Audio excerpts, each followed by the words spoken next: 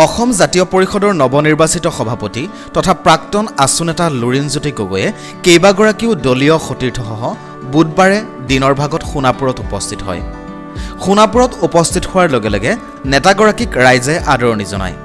ইয়াৰ পাছতে লুৰিণজ্যোতি গগৈয়ে সোণাপুৰস্থিত ভূপেন হাজৰিকাৰ আবক্ষ মূৰ্তিৰ সন্মুখত বন্তি প্ৰজ্বলন আৰু মাল্যাৰ্পণ কৰি ৰাইজক উদ্দেশ্যি ভাষণ আগবঢ়ায়।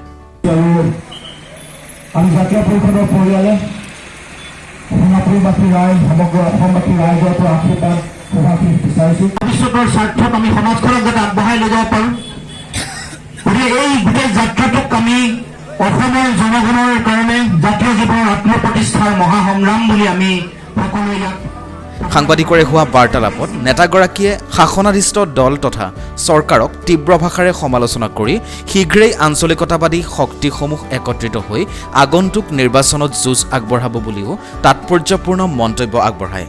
প্ৰতিটো সমষ্টিত প্ৰাৰ্থী দিম, গতিকে মই ভাবোঁ যে এইবাৰ চৰকাৰ হ'ব জাতীয়তাবাদৰ চৰকাৰ, অসমৰ জনগণৰ সপোনৰ চৰকাৰ। গোটেইকেইটা আঞ্চলিকতাবাদী শক্তি একলগ হোৱাৰ নিশ্চয় সম্ভাৱনা আছে, 100% সম্ভাৱনা আছে। ভোট বিভাজন হ'ব নালাগিব, জাতীয়তাবাদী শিবিৰৰ ভোট এইটো নিশ্চিত। এইটো ৰাজনৈতিক অংকত, ৰাজনৈতিক ৰসায়ন বিদ্যাত এইটো আমি এই যিটো শুদ্ধ সূত্ৰ এইটো আমি জীয়াই ৰাখিব লাগিব। আৰু দ্বিতীয় কথাটো হ'ল যে যিবোৰ শক্তিৰ ৰাষ্ট্ৰীয় ৰাজনৈতিক শক্তিৰ লগত তেওঁলোক চামিল হৈ আছে বা তেওঁলোকৰ বুকুচাত উঠি তেওঁলোকে যাত্ৰা অব্যাহত ৰাখিছে, তেওঁলোকৰ লগত মিত্ৰতা কৰাৰ প্ৰশ্ন নাহে, সাম্প্ৰদায়িক শক্তিসমূহৰ লগত মিত্ৰতা কৰাৰ প্ৰশ্ন নাহে।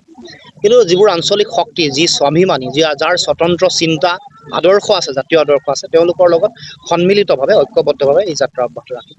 আৰু প্ৰথম আপোনালোকক যদি সুধোঁ, তিনিটা কি বিশেষ বিষয়ত ৰাইজক আপোনালোকে মানে আগবঢ়াই নিয়াৰ ক্ষেত্ৰত দিব অন্যান্য দলৰ তুলনাত? আপোনালোকক যদি সুধোঁ, আপুনি যেতিয়া সভাপতিৰ দায়িত্ব লৈছে, মূল বিষয়টো হ'ল অসমৰ জনগণৰ সুৰক্ষিত ভৱিষ্যত। তাৰ কাৰণে মূল আধাৰ কি? শিক্ষাক সামৰি অৰ্থনীতিৰ সমগ্ৰ বিষয়টো পৰিকল্পনা, অৰ্থনৈতিক উন্নয়ন, সংস্থাপন, নিবনুৱাসকলক সুৰক্ষিত ভৱিষ্যত দিয়া, উন্নয়ন দিয়া, তেওঁলোকক স্বনিয়োজনৰ বাট মুকলি কৰি দিয়া, তেওঁলোকৰ ভাল শিক্ষা, ভাল গৱেষণা দিয়া, এইটো এটা সামূহিক ডাঙৰ বিষয়। সোণাপুৰৰ পৰা নাৰায়ণ কৰৰ ৰিপৰ্ট, সংবাদ লহৰ।